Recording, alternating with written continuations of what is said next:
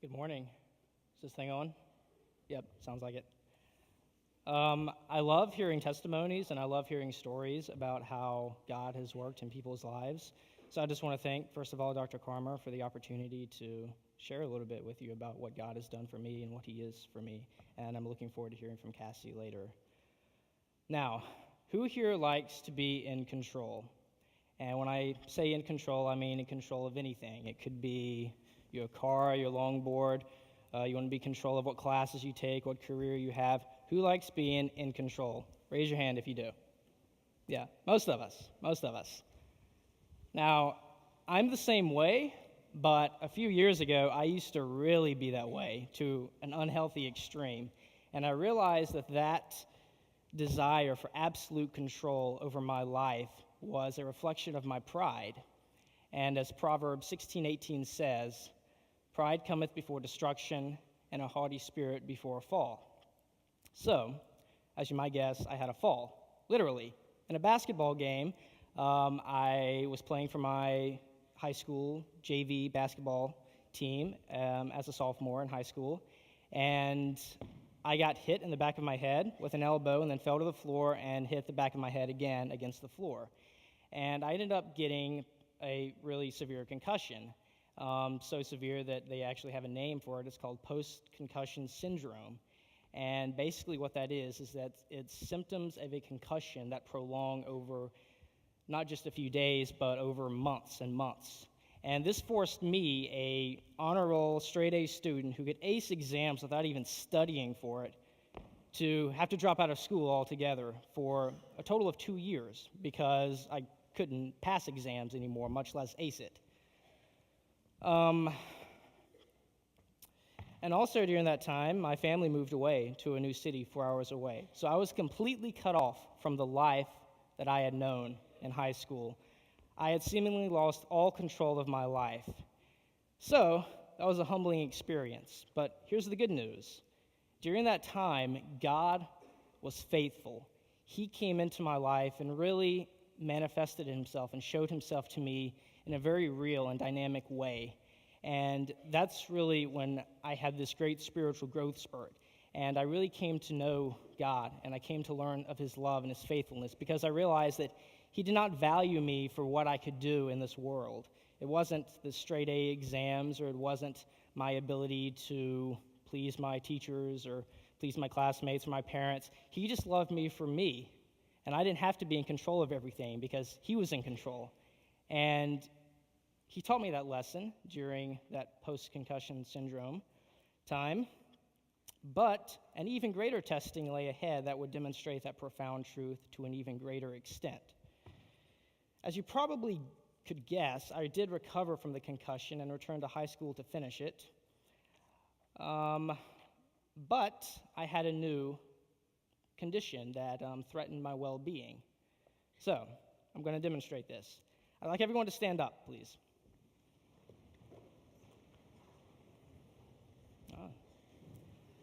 All right, now, I want you to move your head really fast, back and forth, and up and down.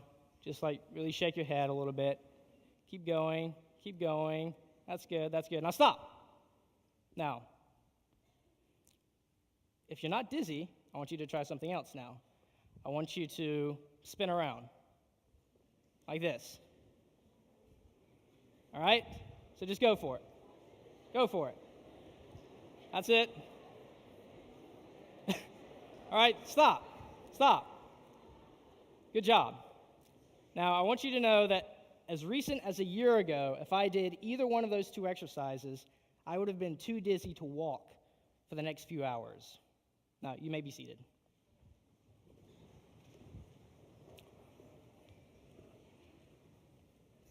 At the completion of high school in 2006, I began to experience dizziness anytime I worked out, anytime I ran, anytime I lifted weights, anytime I exercised or exerted myself physically. I also began to get really dizzy when I was around loud music for whatever reason. So, I went to doctors seeking help. I went to many different doctors, and each one of them gave me a different diagnosis. One doctor said that it was probably side effects from the concussion I experienced a few years ago. Another doctor said I had ADHD. Another doctor said I was probably fine, and so he probably thought I was lying or just mentally insane. So that doctor was of no use to me whatsoever.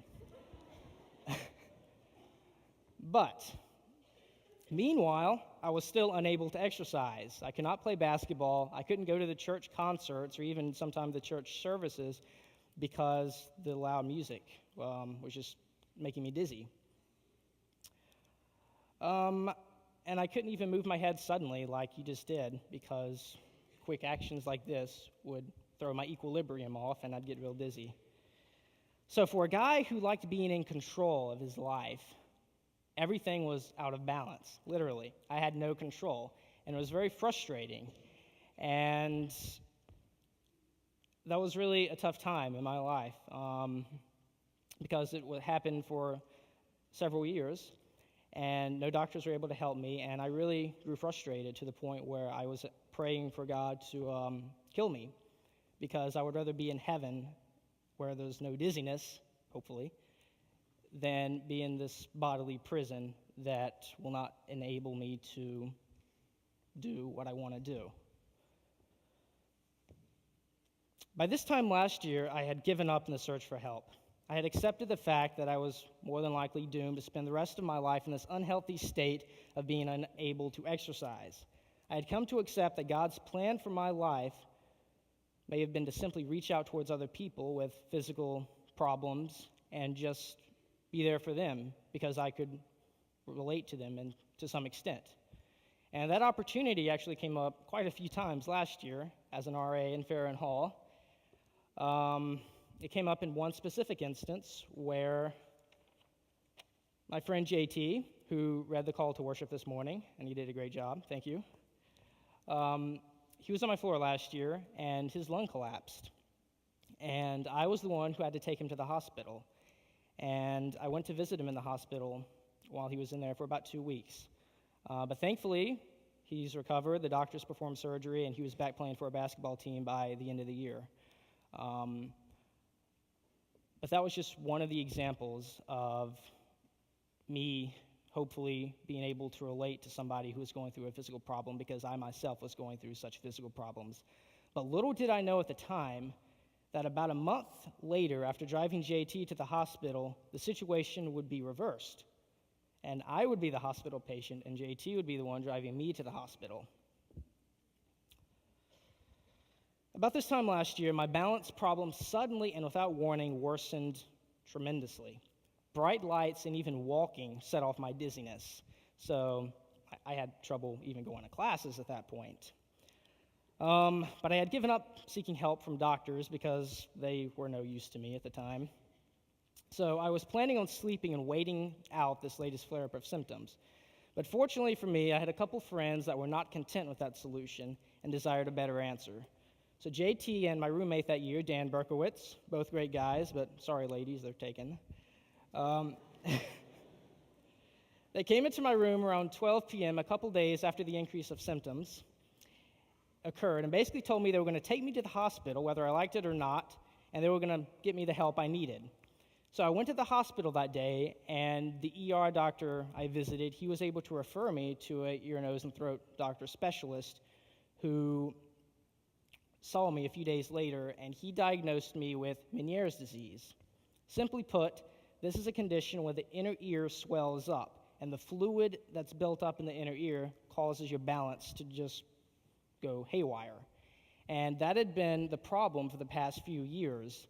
And he prescribed me with a couple different pills to take. And I noticed an immediate effect after taking those pills. And I was able to start working out and running and doing all the stuff I used to do with no dizziness, which was awesome. Now, Meniere's disease cannot be cured, but with this medication, I am able to stop the symptoms, primarily the symptom of dizziness. So thanks to JT and Dan, and also Emily Vare, who drove me to the hospital a few times last year, I found the help I needed and can now exercise, run, lift weights, and even play flag football, even though I still have no idea what trips right means. Now, when I surrendered control of my life to God, then God moved in to work some mighty miracles. In January of 2008, I had given up trying to help myself. I gave up seeking other doctors. I even prayed that God would simply take me from this bodily prison into heaven. Only God could have planned that 7 months later, I would be driving JT to the hospital and hopefully able to help him and relate to him because of my condition. And then only God could have planned that a month after that, JT would be the one taking me to the hospital to get me the help I had been waiting 3 years for. So, God's grace was enough for me to survive through my physical problems. His strength was most clearly seen in my weakness. When I had given up control, then God took control. So, what I want to share with you is the fact that we all want to be in control, but there are times when we're just not in control. As a matter of fact, we're never really fully in control. That's God. And I just want to encourage you that God is in control, and he's looking out for you. He loves you, he's faithful, and he always, always has your best interest at heart. Thank you, and God bless.